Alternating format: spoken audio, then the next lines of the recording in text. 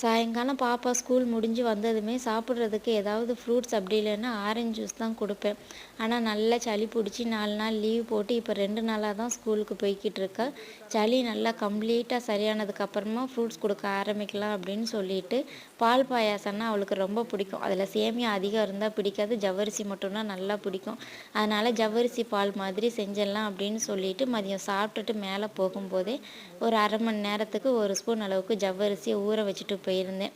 ஒரு 3 மணிக்கிட்ட கீழே வந்து கொஞ்சம் பாலும் தண்ணியும் சேர்த்து நல்லா கொதித்து வந்ததும் ஊற வச்சிருக்கிற ஜவ்வரிசியை சேர்த்து அடுப்பை சிம்லேயே வச்சு நல்லா வேக வச்சிடணும். லாஸ்ட்டாக வாசனைக்காக கொஞ்சமாக ஏலக்காய் தூளும் ஜீனியும் சேர்த்து நல்லா கரைஞ்சதுக்கு அப்புறமா ஸ்டவ் ஆஃப் பண்ணிட்டோம் அப்படின்னா சூப்பராக ரெடி ஆயிரும்.